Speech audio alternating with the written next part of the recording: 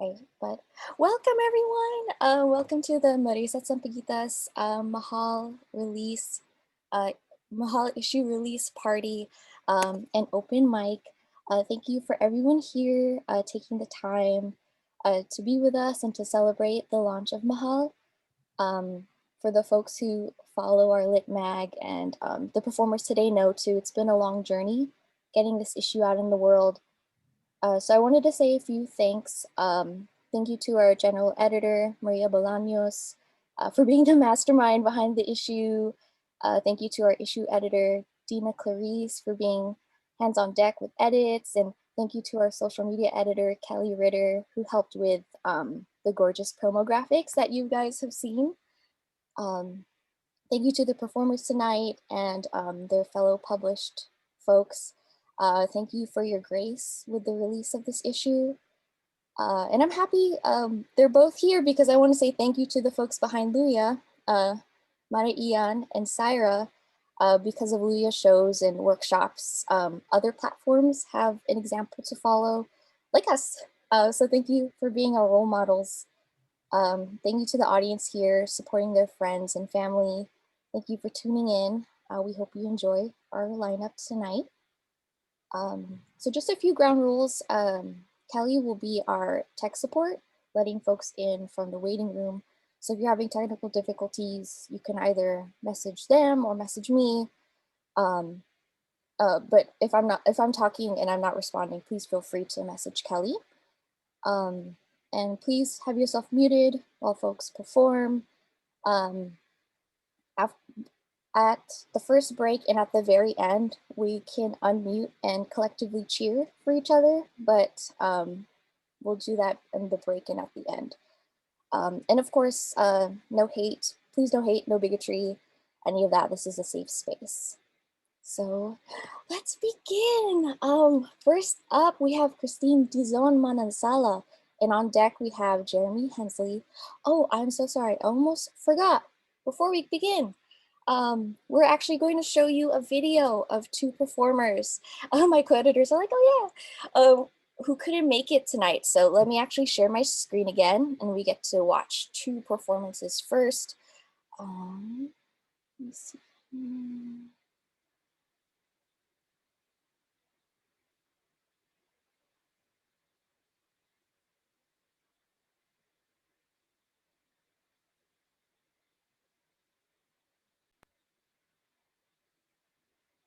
Okay, can everyone see the video?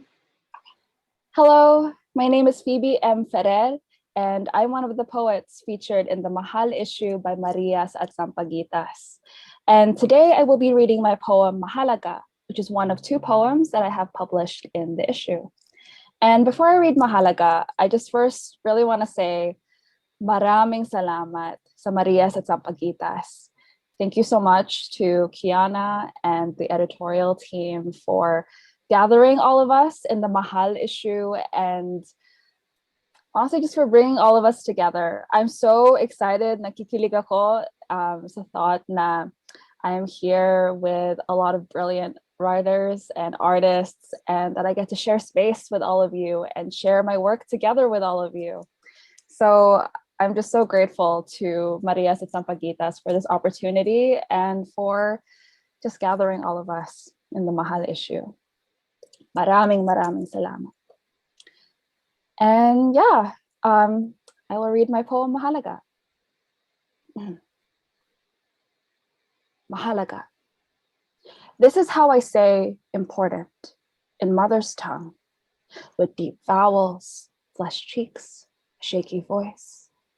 This is my language. Every single vowel, intonation, pause conveys meaning. Mahalaga, I care about you. You are important to me. I love you. Mahalaga, understanding why we are here instead of home. Mahalaga, parents wanting better lives for my sisters and me. Mahalaga, knowing why grandfathers left their families. Mahalaga, empty seats at the table's head. Mahalaga, growing under strong mothers. Mahalaga, because love is costly. Mahalaga, a family tree stretched over 3 continents. Mahalaga, leaving, always leaving. I want to stay. Mahalaga, learning to let go of hands I've held for so long. Mahalaga, understanding why I had to leave. Mahalaga, uncertainty. Mahalaga, they tell me the snow welcomes me, while others wonder why the snow from winter clings to the spring. Mahalaga, everyone around me is pale like the snow. Mahalaga, someone else here with skin like Davao chocolate. Mahalaga, a settler on unceded land. Mahalaga, how do I pay my dues to this land, its people, their stories? Mahalaga, because love is an action. Mahalaga, finding I can stand alone, not always lonely. Mahalaga, but wanting love. Mahalaga, moving again and again and again, and mahalaga, growing up, losing, wanting, leaving so much, crying. Mahalaga, they told me my skin is like fertile soil where flowers grow and stay and bloom. Mahalaga, still unsure of who I am, where I am going, but surely I am growing. It's so interesting to read this poem now. I first wrote this poem back, I think, in late 2019, and this poem is also a newer version of a poem I wrote back in, like, I want to say 2017. It's just interesting looking back and seeing myself in this snapshot of a poem. Thank you so much to Marías at Sampaguitas again, and just thank you so much. And I'm really looking forward to seeing the issue. My name is Halcyon, and I'll be reading my poem, Queer. I can be queer without touching you. I can be queer without holding you, without smelling you, or ever tasting you. I might forget how the light weaves itself through the knots in your hair, or the dimples of your stomach, frowning from its weight. How your hand, lying upon your waist, rests flat and still. But you could look right through me, gazing back into a black mirror, and freeze time with your eyes alone. Though I never saw the sunlight melt into your goosebumps. Yes, even then, I can be queer without touching you. I can be queer without seeing you. I can be queer if I never hear your honeyed voice again. I would remember the sweetest words anyone has ever spoken to me. For it was never my flesh you held, but every thread of my unloved being, shredded from the darkness of my burning core. This you will always have.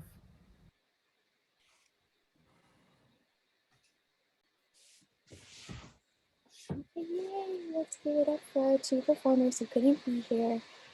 But now, up next we have Christine Dizon-Manansala, and on deck we have Geramee Hensley.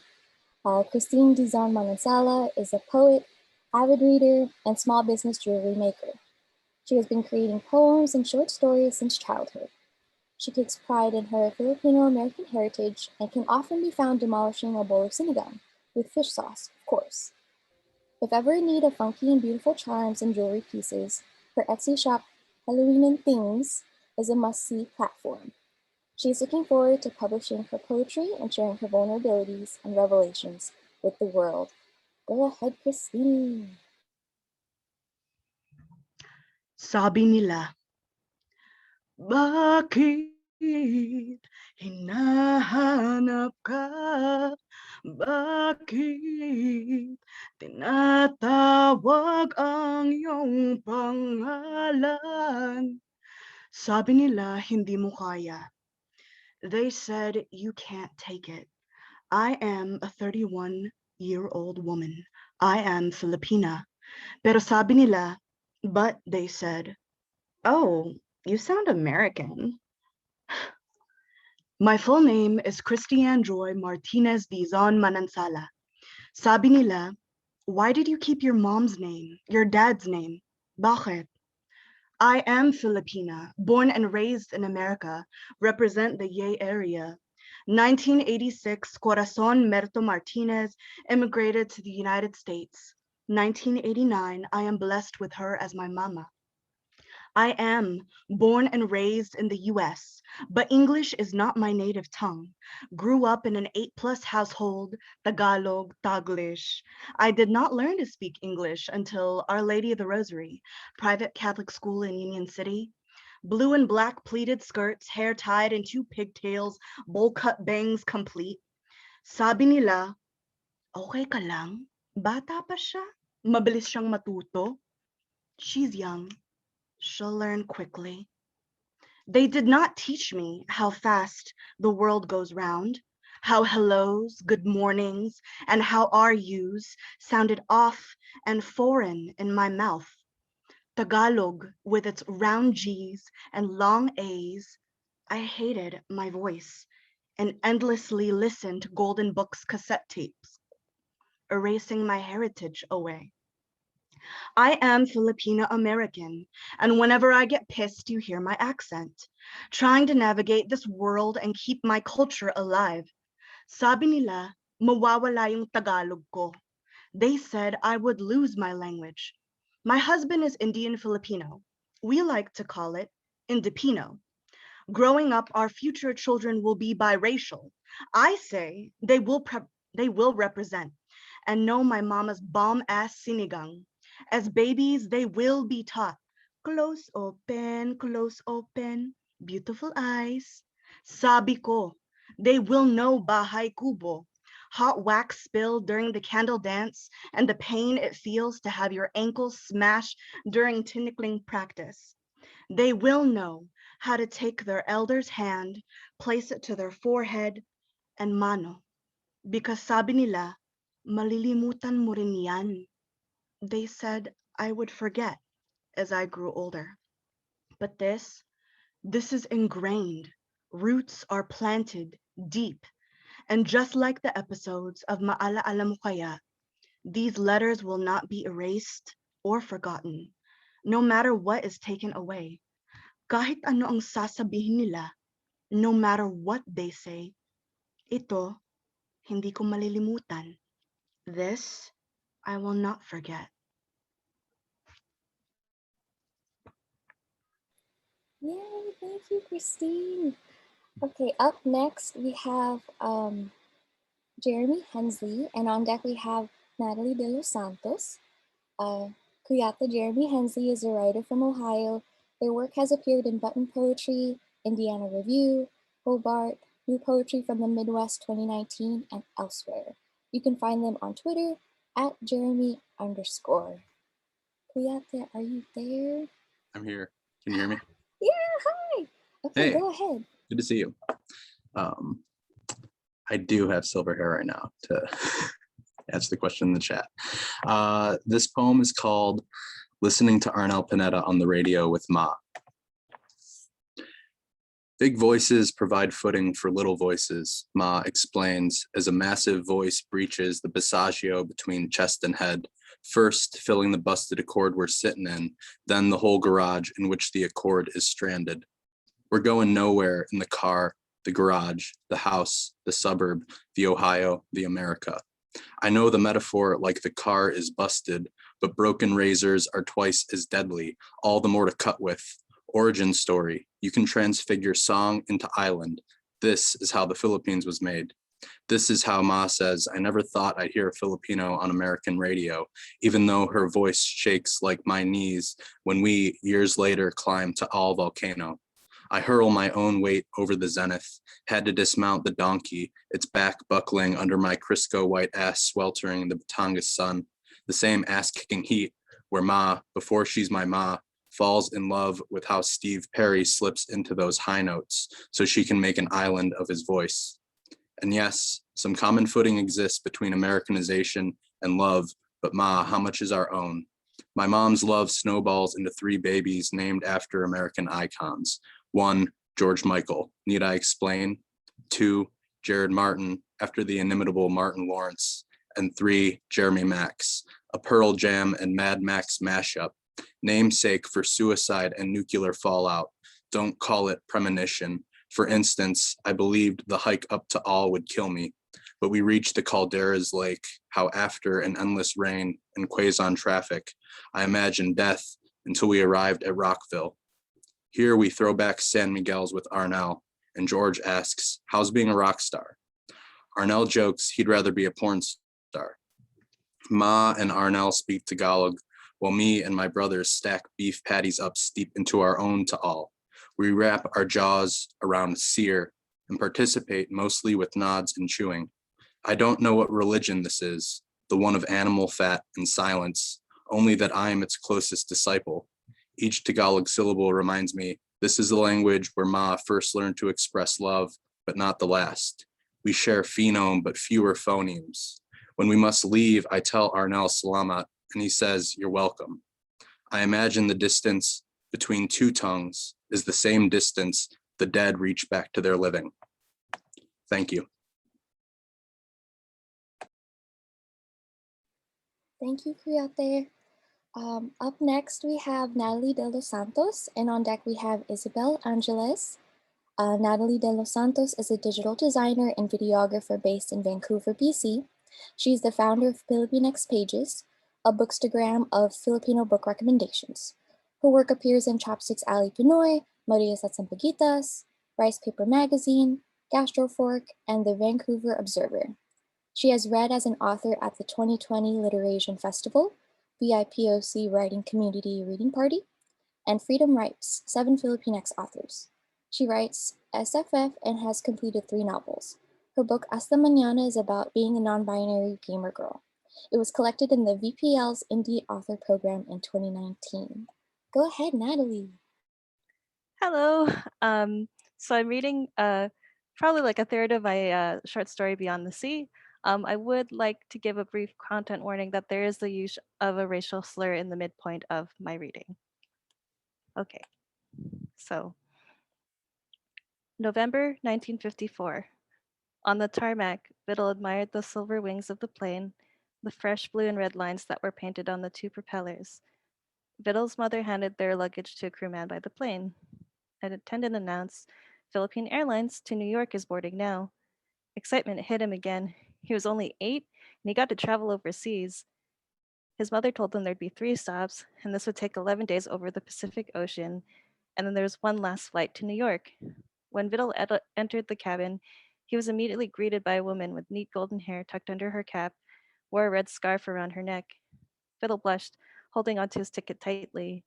She looked like the white Madonna statue in his church, the same blue eyes and fair hair. His mother chuckled and shuffled him down the aisle.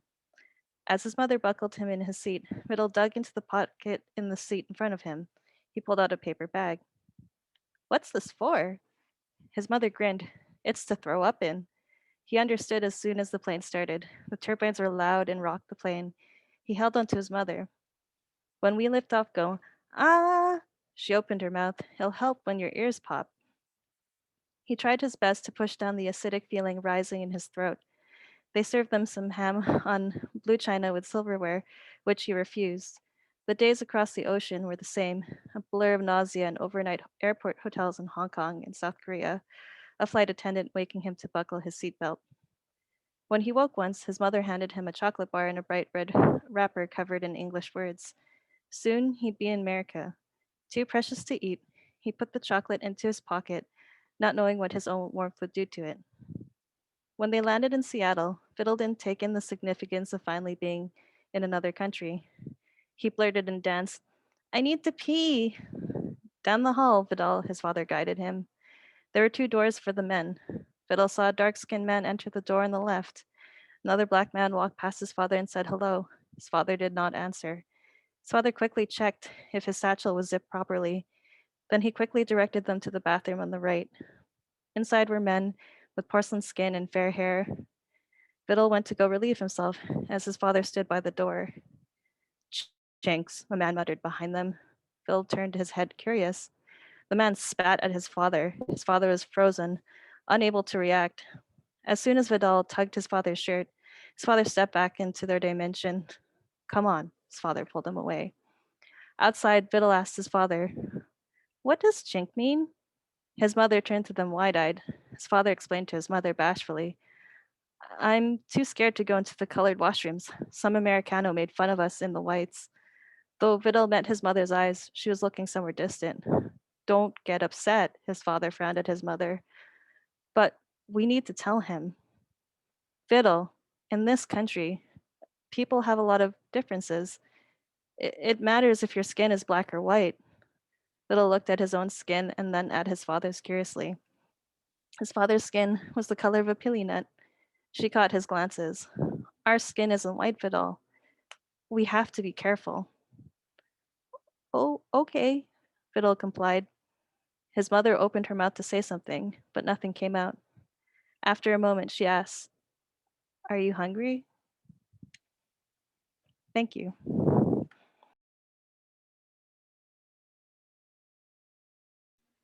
Thank you, Natalie. Okay, up next we have Isabel Angeles, and on deck we have AJ Hoven. Munghood Isabel Angeles, pronouns she, they, is a 21-year-old non-binary Filipina writer and poet from Northern California. She's also an intersectional feminist, activist, and performer. Isabel attempts to utilize the arts as a platform for her experiences as a Filipino, Filipinx, being an immigrant, and her bisexuality. Her poetry also deals with other subjects such as empowerment, reclaiming identity, romance, and more. Isabel is also the founder of the Walang Hiya Project, can be found at Walang Hiya Project, a collective for Filipino and Filipinx folks of marginalized genders and LGBTQ plus Pinoys, which strives to be a safe space and outlet for healing, decolonization, and expression. Go ahead, Munghood. Hi, can you guys hear me? Thumbs up. Okay, yay. First of all, I'd like to say salamat to Marías for this opportunity, and I'm so excited. So today I'll be performing two of my poems. The first one is titled Honeymoon Fiend. But I'm jealous of the girl with the doe eyes and the spring fresh face, rosebuds blooming pink in her cherub cheeks, feverish with punch-drunk love for the boy next door. Do you remember what it was like to see stars after soft lips locked? Shrug the shimmering rhythm dust off your shoulders. The magic is worn off in his eyes and yours. The still sky is lonely and longing for light. Don't you wish you were dipping your hands in jars of honey instead? I would rather be stuck with sweetness, moonstruck and tongue-tied at the brushing of his fingers against mine. But now it is time to learn how to fall in love with you all over again, each time different than the last. And this is romance at its finest, is it not? We were royals once, in the Halcyon days where young love reigned. This empire has not crumbled yet, just shaken by the earth quaking beneath our feet and the tempest of thoughts that storm and cloud our clockwork minds. Pieces of our castle crash down and collect dust, but we can rebuild this home together, and each time we will reassemble it with steel. Step through the illusion and let the painted background tumble over and splinter. Rekindle this flame with the debris of our old ways, watch it grow and warm us. It wavers and falters, shrinks and smokes, but never goes out. Pull my sugared hands out of the glass, wash the liquid off my fingers, intertwine your hand with mine. So long as you are the keeper of my heart and I the keeper of yours, we will conquer this world together. And the second poem is called Metamorphosis.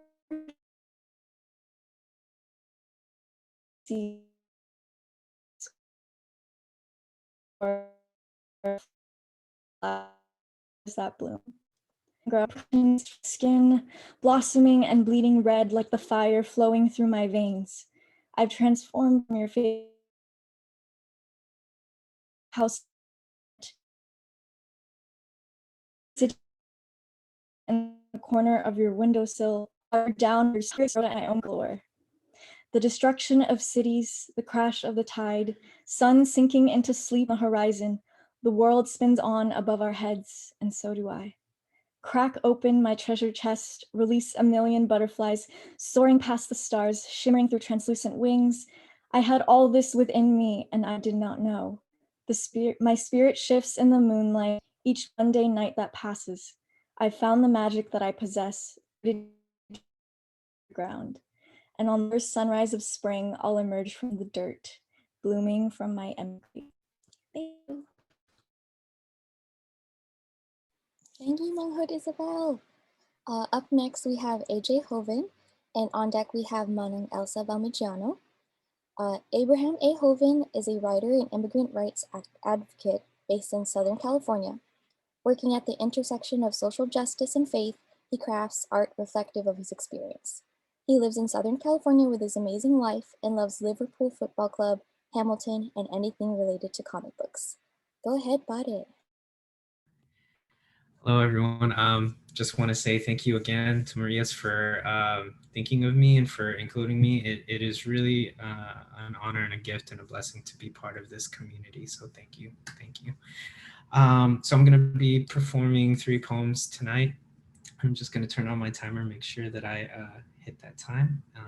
And the first one is called Who Are You Swinging At? Who are you swinging at after Joseph Rios? It's like fighting ghosts, I think. I whisper as my heart finally settles, surveying the room that felt like a home now turned into a scene of horrors. Stranger to me after all of this, and I feel a stranger in it after all of this, and we just feel estranged. I never knew the man the way I'd hoped. And some time at some place I know, I'd convinced myself I'd find him where he'd always been, the bottom of the bottle. Running was natural. Soccer was my favorite sport, and even though I hated the conditioning drills or the long run days, I think the running on the pitch felt like second nature because the air I'd take in and the space I'd cover all served to take me away from him. When I'd run out of reasons not to, or spaces to hide from, the question I was most afraid of, I'd finally relented. And I guess at least I know the answer now, even if the future is scarier for knowing. There are spirits trapped in each bottle, and not all of them carry the cure to grieving your father. The second poem that I have is called Kamai, and it's for my mom. Her birthday's tomorrow, so hopefully I'll be able to show her this recording as a little present. Kamai. You'd love telling the story of how I'd fall asleep rubbing your pinky finger back when we all slept in the same bed. 1-bedroom apartment for 5 people, even if it was really only 4 of us most nights. It was cramped, but you made it home. I watched you run your hands together, skin weathered now and etched with more wrinkles than I remember. I didn't appreciate it then, but those soft hands toughened over the past 2.5 decades for me, for Tim, for Ace. As I watch our child being cradled by their Lola, I reach for your hands again, different and the same. These hands bear a tapestry of love. Happy birthday, Mom. And then this one wasn't in the issue. This one's for my wife, who is watching, I believe. So hopefully she sees this. I love you. She calls me home for Corel. It happened, I think, at Ayala Triangle in the back of a cab that said aircon like all the others, a necessity on a typically muggy December day in Manila. Throngs of people released for lunch, moving in between the island cars that make Rojas, Makati, and Ayala look more like that Disneyland parking lot we lost our car in during our first trip together than the 3 main arteries trisecting the heart of our homeland's financial district. I wish I could bring all of this back to you. The hanging lanterns in the garden, trees gleaming bright white against the verdant leaves in the sun, the sharp smell of diesel mixing with the sweet scent of steamed rice from the restaurants crammed with workers, cataloging the cart with the daffodil painted on the front, selling the best espasola I'd ever had on the way to the Tagaytay. The street vendors I'd met near Araneta with those barbecue sticks laid thick with that sugary, savory combination unique to our people. And the sari-sari store my aunt owns, where they all say it's past time for me to find a wife. I choke back the melancholy of your absence with the silent promise to bring you back someday. And so it was there, in the back of the cab, stopped in workday traffic at the foot of the Child of the Philippines, that I realized I loved you. Love you, Carell. Thank you all. Thank you, Pare. That's so sweet. I'm sorry. I'm super kilig over here. But next we have Elsa Valmigiano, and then we'll have a break after, so no one on deck. But Elsa Valmigiano is a Filipino-American writer and poet. She's the author of We Are No Longer Babay Lang, her debut essay collection from New Rivers Press. She's a recipient of their Editor's Choice selection from their 2018 Many Voices Project competition in prose. Elsa's work has appeared in journals such as Mud Season Review, Yes Poetry, Cosmonauts Avenue, Anomaly, Cherry Tree, Cantheus, Poetry Northwest, and many others, as well as anthologies such as Walang Hiya, Moon Magic, and Other Night Sounds, and What God is Honored Here. Elsa is an alum of the Disquiet International Literary Program in Lisbon and summer literary seminars hosted in Tbilisi. She holds an MFA in creative writing from Mills College and has performed numerous readings. She is a Best of Net and Pushcart Prize nominee. On her website, slicingtomatoes.com, Elsa showcases a directory of Filipina artists of the Philippine diaspora alongside her poetry. Her Instagram handle is @Elsa Valmigiano. Go ahead, Manang. Thank you so much, Kiana. So I'm going to be reading. Sorry, I'm just going to try to pop it up. I'm going to be reading one poem.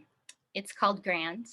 And just to give you a little bit of background about this poem, when my family first immigrated from the Philippines to California, my parents worked very long hours. And so childcare was basically my grandparents, who then became my parents. And I was very, very close to them. And so I wrote this poem about them and the intimacy I had with them during my very early childhood. And I think for many of us, when we do write about our grandparents, especially for mine who are no longer with us, there's this way that happens where when we write about them, they become immortalized through our writing. And so I would like to think that I am immortalizing them through this poem. So this is called Grant.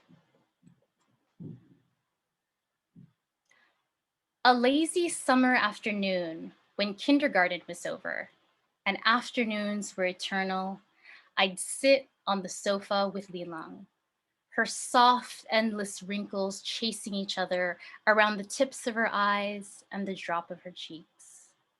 The whistle of the breeze, the angin against the avocado tree in the backyard would echo shadow breezes against banana trees in the land we left behind.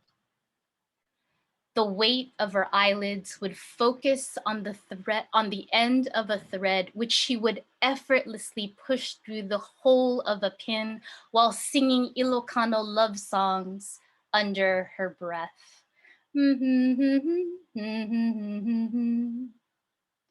I'd play with the soft flap of her skin, swinging gently from her arms, and she'd push me away laughing while trying to sew.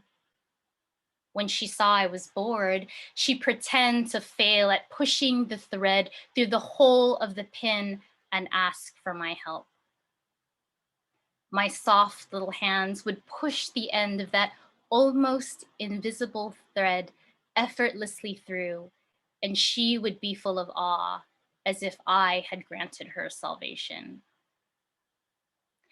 Lilong would be watering his eggplants outside with his baseball cap, flannel shirt, jeans, and K-Swiss tennis shoes.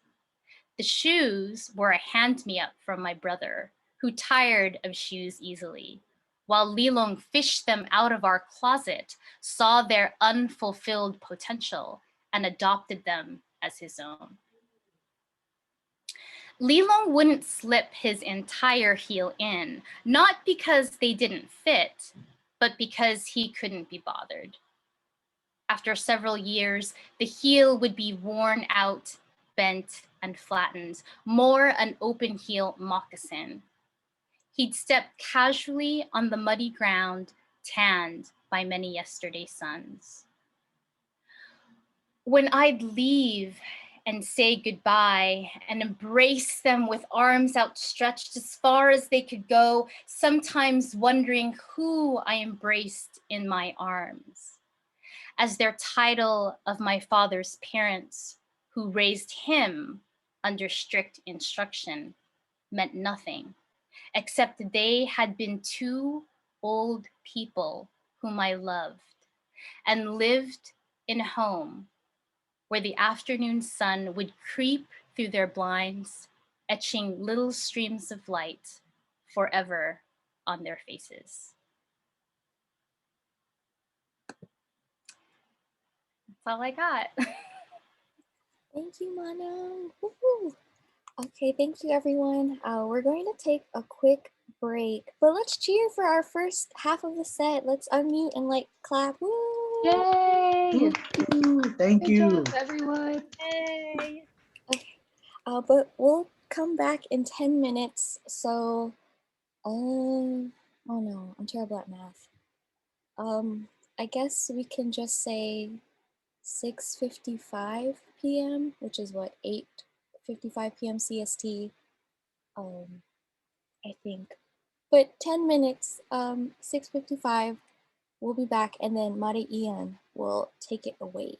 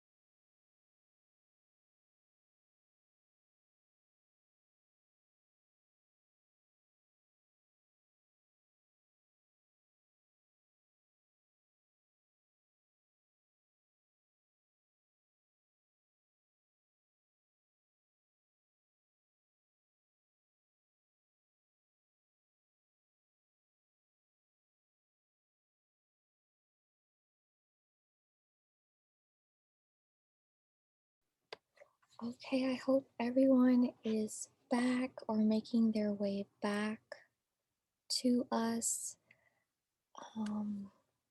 Okay, I see Marías. So everyone make your way back, please. We're going to begin again. So up next we have Christian Aldana, and on deck we have Bayani. Chris is a queer, multiracial Filipina poet, teaching artist, and community organizer currently based in Chicago. She's the founder and creative director of Luya, a poetry organization that centers the voices of people of color. She currently serves as the youth organizer at Asian Americans Advancing Justice Chicago, and she believes deeply in using poetry to build community and to educate ourselves about history. Her poetry has been published at Injustice Watch, The Chicago Reader, and Marías at Sampaguitas. Her performances have been featured at the Art Institute of Chicago, the Stony Island Arts Bank, Young Chicago Authors, on NPR's Worldview, and more. When she's not poeming around, you can find her cooking in her PJs, slaying dragons in Skyrim, or subtweeting the patriarchy. Go ahead, Mare.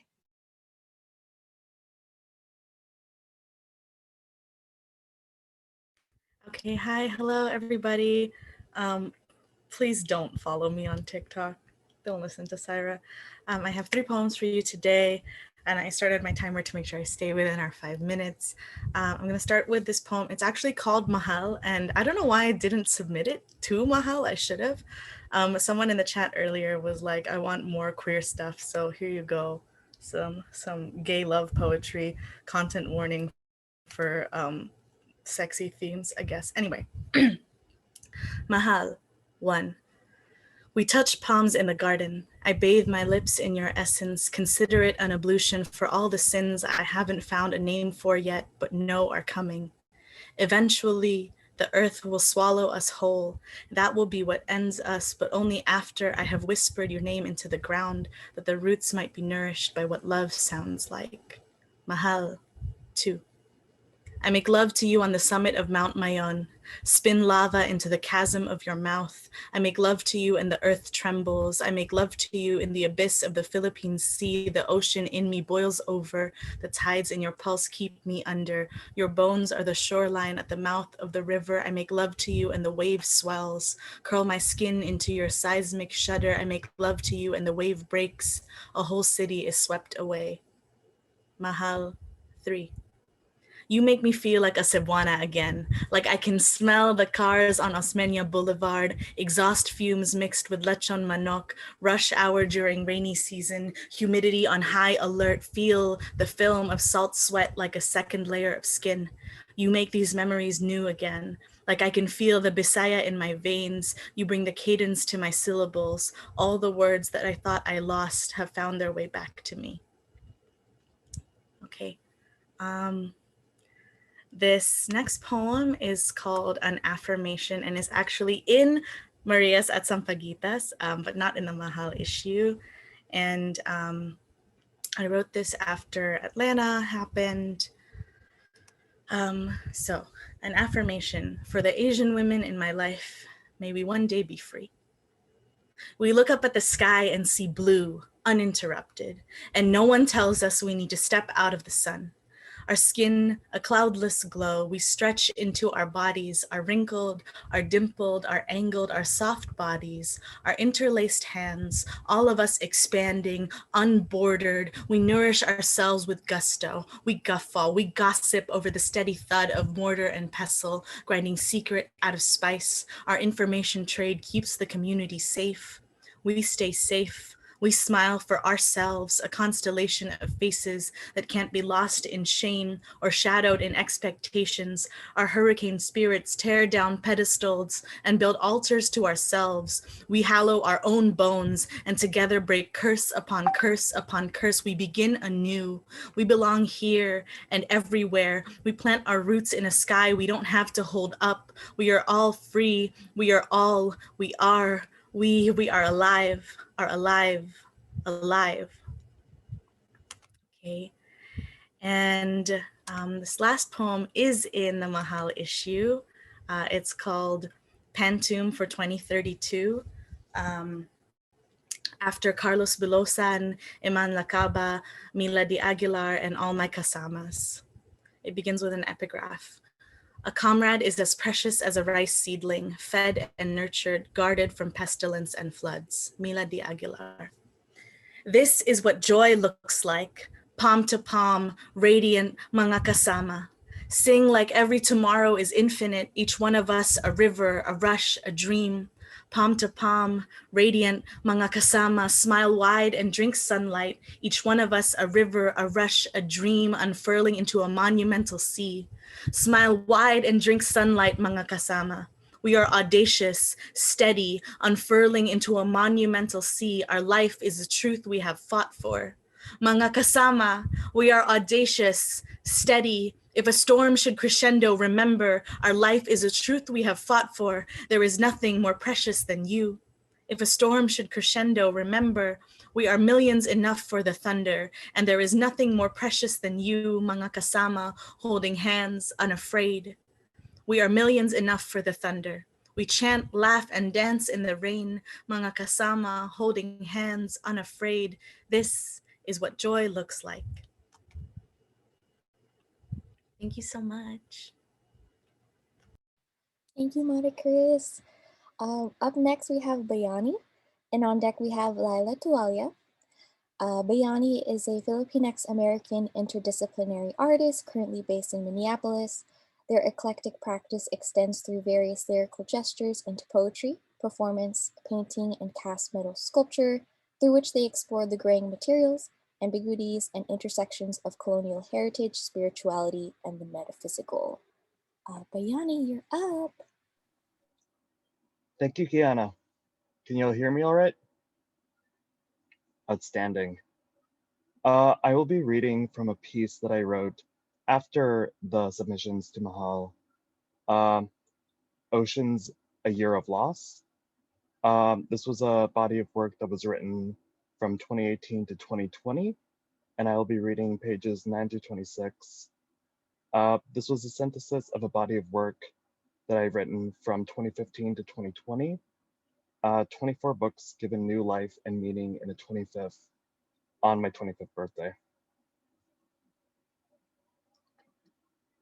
A knock on the door, get ready. A knock on the old oak for luck. The knocking of radiators in early winter, get ready.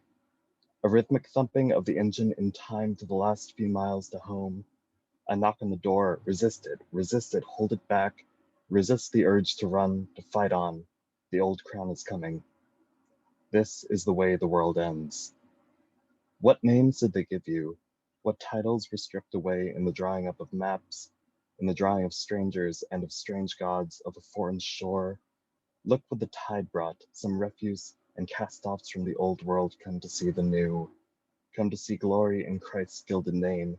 Conversion, not by way of conversing, traversing to know and be known by the measure of the cross and the sword, to perform the roles of martyr and the crown, the warrior and the prophet, the curse of the long dead inflicted upon the still living.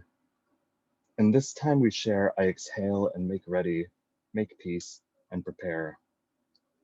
In this shapeless hour, I will remember what I have lost, what I have left behind by my will against my will, a burden that is passed down in a moment, an action and a phrase, a laying of hands, a gesture. The familiar panics rising over me, the ghost that comes to greet me, the exhalation, the escape, the perfumed volumes evacuating my lungs. Exhale, exhale, exhale. In this book of names, I am a thief, a liar called and held to task and account to that which I am accused, this crime of blood recorded, rekindled. In the bright new year, from the ashes by the fires set in the quiet hours, in this moment known as the witching hour, where I am to become most familiar with the spaces between, the space within and without, the moment of concern, the great big empty spaces left behind, the refusal and the scorn, disappointment and the realization that I am no longer the same, that things will never be the same, that I am not the same as you, that I am not what you expected, that I am not what you wanted me to be. This is not what I wanted. This is not what I wanted at all. You saw it in my eyes, this childhood dream of straddling this ocean, realized only in dreams of reunion and the great return. Homecoming preceded by a package laden with canned meats and chocolate, the treasures of the West, by the display of a light in a window. A star, midwinter. We follow the lights home. We follow the star home. I saw your face in a dream. I saw the form of grief wearing your face in a dream. His familiar disquiet disguised by this brief scent of cherry vanilla smoke, once inhaled secondhand musty furs and costumes of a generation past and carried across this river. Here we observe the passing of another across this river. Here we make ready. Here we inhale and prepare for another crossing. Years ago, here I saw your face untouched, unwearied, uncovered, our hands briefly touching as we cross. In this procession of the dead, we are celebrants, mummers masked in gestures of anguish and decay. In the witching hour, my hand is extended, the fluid consciousness of sleep imitating the movements of youth displayed and performed for you now, of action and reaction, of taking and striking in response. Believe me, these memories of young love, forever entwined with ancestral time, our dry bodies possessed by every name they burned and replaced, each face covered and buried beneath the cracked clay. But I was of a wild kind, a brown river god in the making, as I practiced the movements in time between the expectation and reality of the shouting, screaming mornings. But I learned in my own way the strange ways my body shakes and rattles through this life, how at 25 to keep telling myself that another sleep will make it okay, that I can convince myself, that I can admit to myself that the music will continue in my absence, that not every song I write could be my last note, that 12 books in, I was but a child playing at a dead man walking, and at 22, terrified of the world, did I find my love for the city, and found, for a time, a love in this city that could never pass. The 24 books in, I was but a poor imitation of God's prophet sighing and laughing in a practiced way, in reverence of the old world, in deference to the crown. In repetitive motions, I participate in the same tired acts of judgment, in that white linen dance of empire and subject, subjugated and held as suspect. But cold gravity returns and reminds me of these conditions and the terms sealed and detailed in haste, with a stinging taste of hindsight, conditioned and retained. Here I saw your face profaned by the imitative form of grief, grotesque evolutions, and the slow roar of anger, swelling in the Catholic way, the long tide dragging you out to unlit sea thrashing. Believe me, please believe me.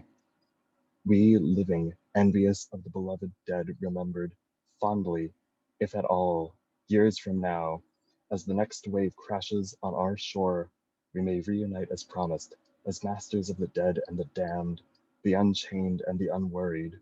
We sorry few, unburdened as we are, in this dance of labor, breath, and crashing waves in this dying season, the last man out of the trenches and first into the ditch.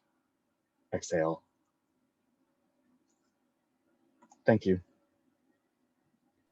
Thank you, Bayani.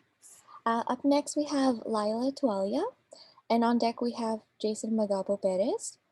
Laila Tualia is a Filipino-American memoirist, poet, and Christian author.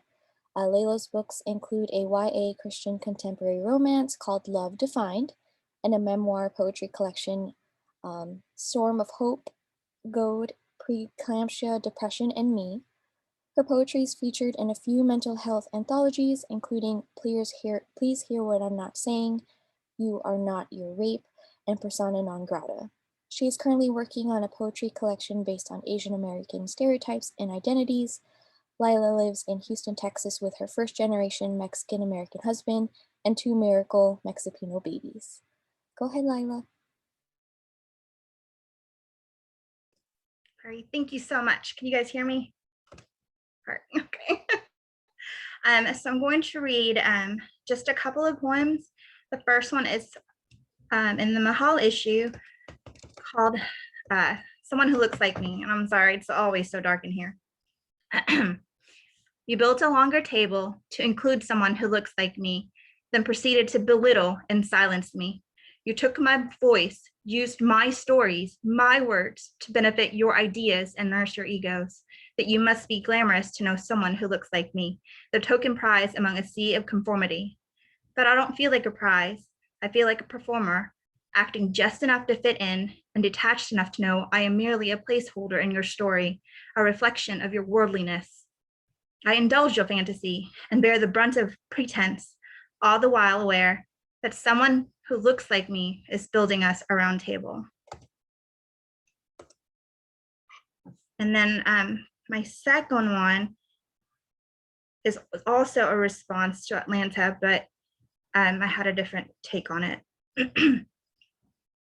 We are caricatures, a fetish, someone's sex addiction.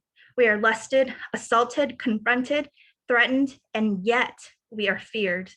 I refuse to play their game of charades, and for it I am chided, called a wet blanket. In their eyes, I see wanton possession of an exotic they cannot name. In their eyes, I see hate and cruelty reflected in their stance and the way they tilt their head, waiting to strike their token. I'd like to wake up tomorrow, so today I think I will play. Thank you so much. Thank you, Lila. Up next, we have Jason Magabo Perez, and on deck we have Dina Clarice. Kuya Jason Magabo Perez, pronouns he, him, is the author of Phenomenology of Superhero from Redbird Chapbooks 2016, and this is for the Most List Word Tech Editions 2017.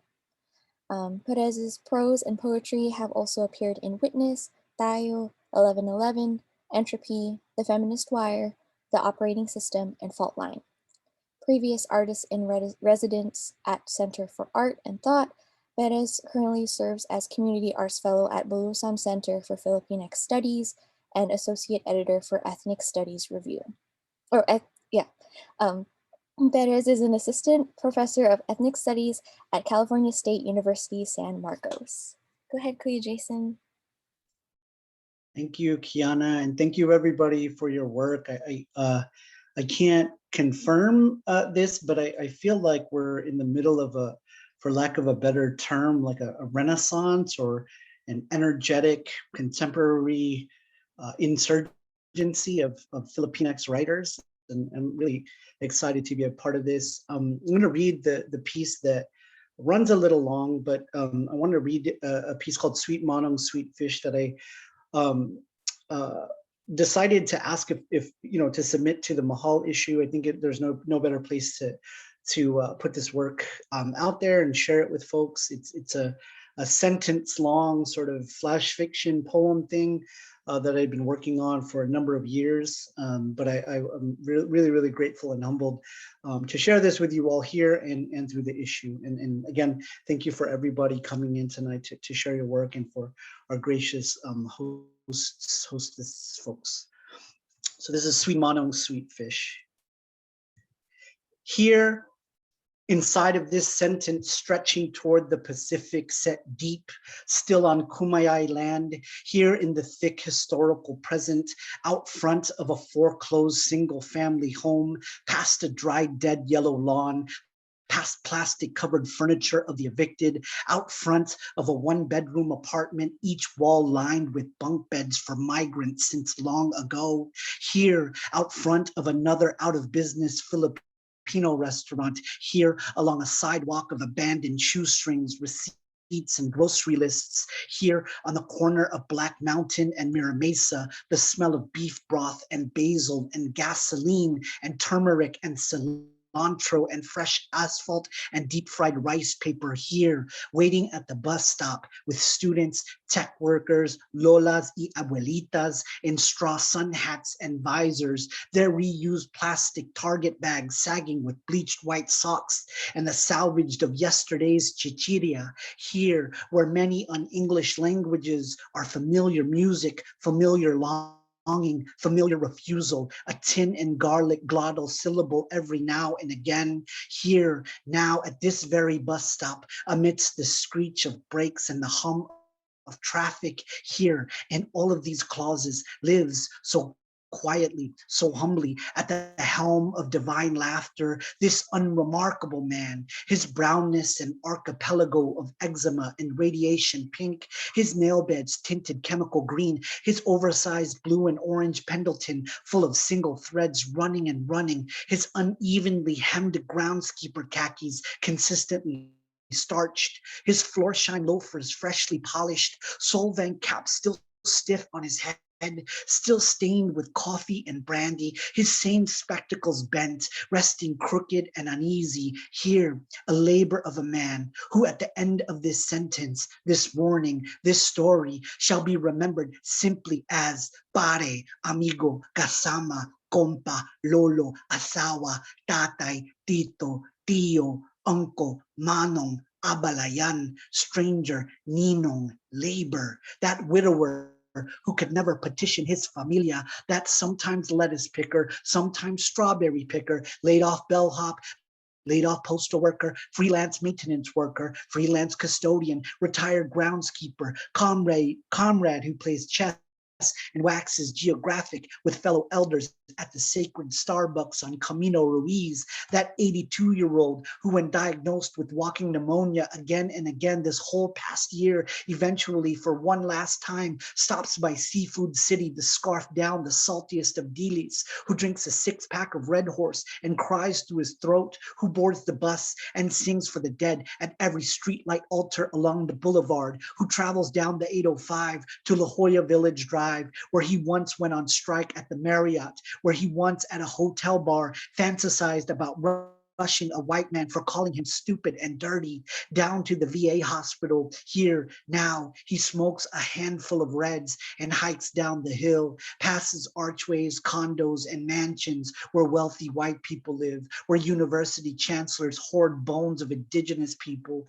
down to La Jolla shores, across grass into sand, past college kids drinking cheap vodka in water bottles, past weekly lit bonfires, that Lakay who at this moment remembers then forgets who he is, what is ghost, what is bone, what is subject. He is migrating again. This old man who for this one last time shall remember, then forget his name, his song, lyrics aflame and escaping his throat, escaping cracks in his lungs. This Lolo who disrobes himself one final time of that pressed Pendleton and those starch khakis. This Lolo, who here now is walking and whistling along the shore, still in white briefs, white socks, solvang cap, and bent spectacles. This Lakay, whose skin is quickly becoming all scales, who is walking and whistling into the waves further and further until he needs to tread, then swim.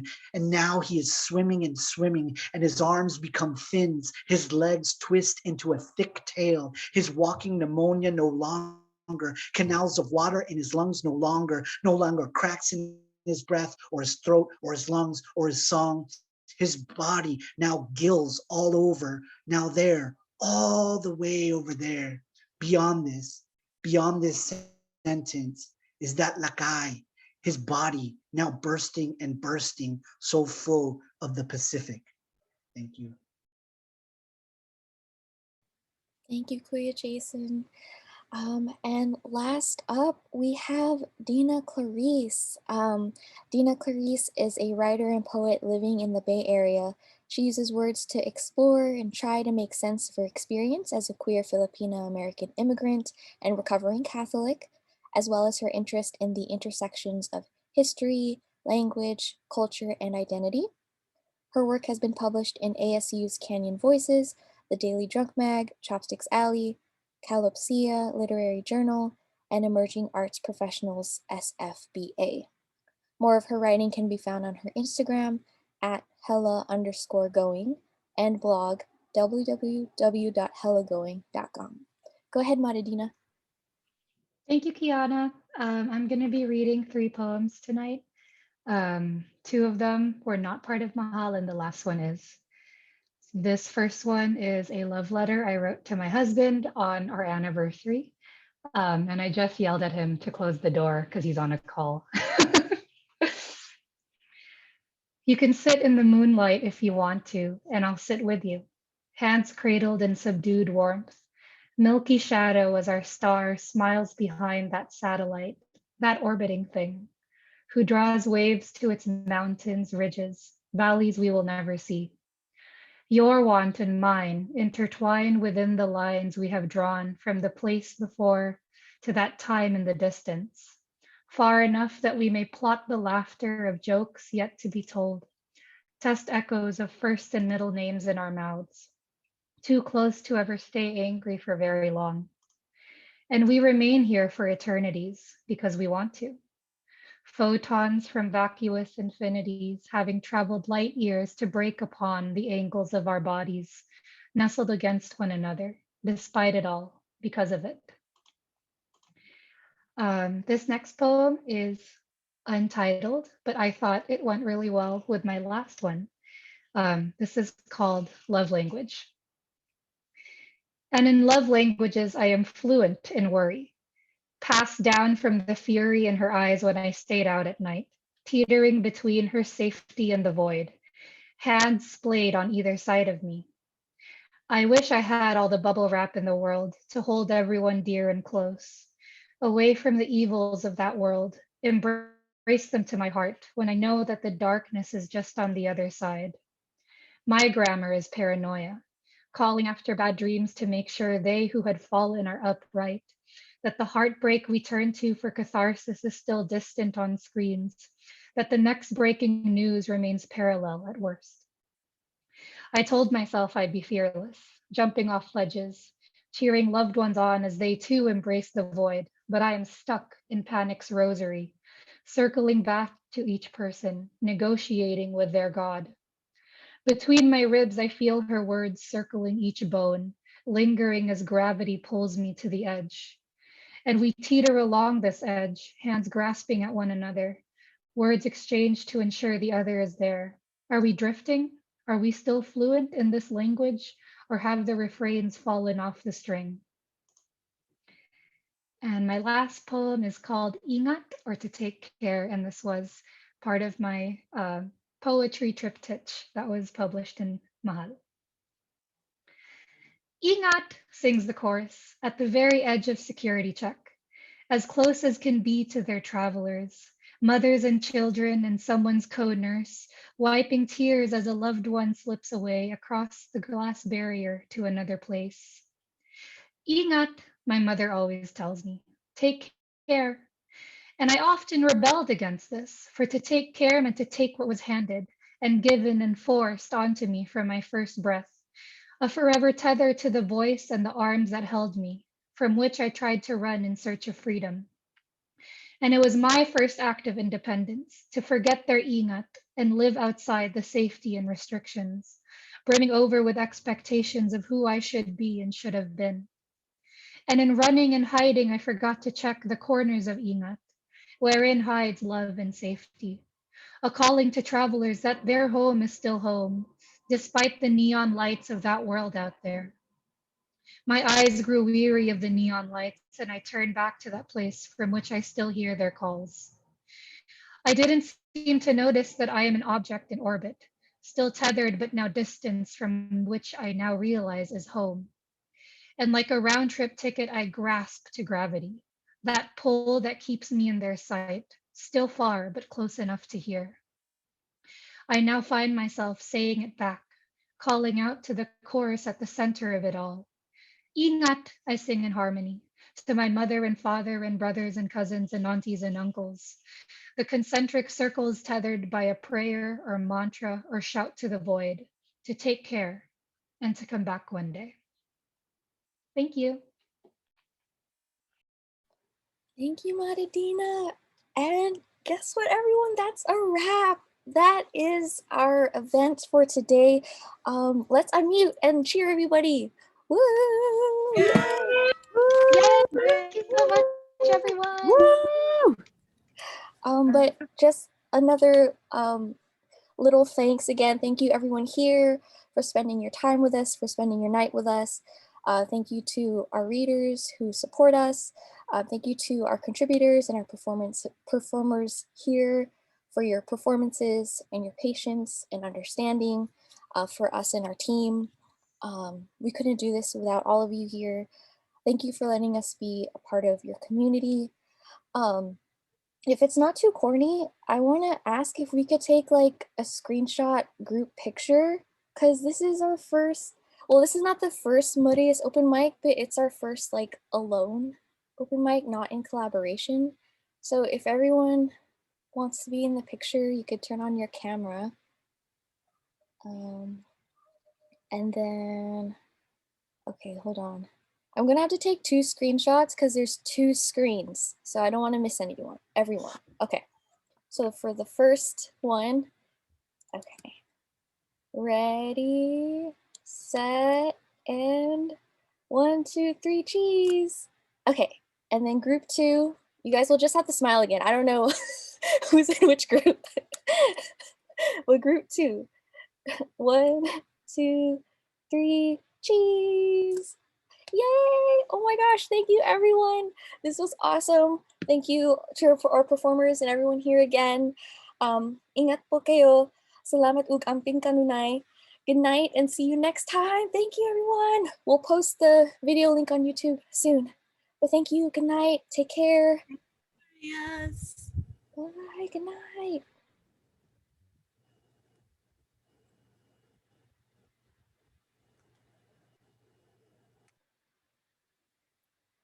Okay, I'm going to stop the recording now.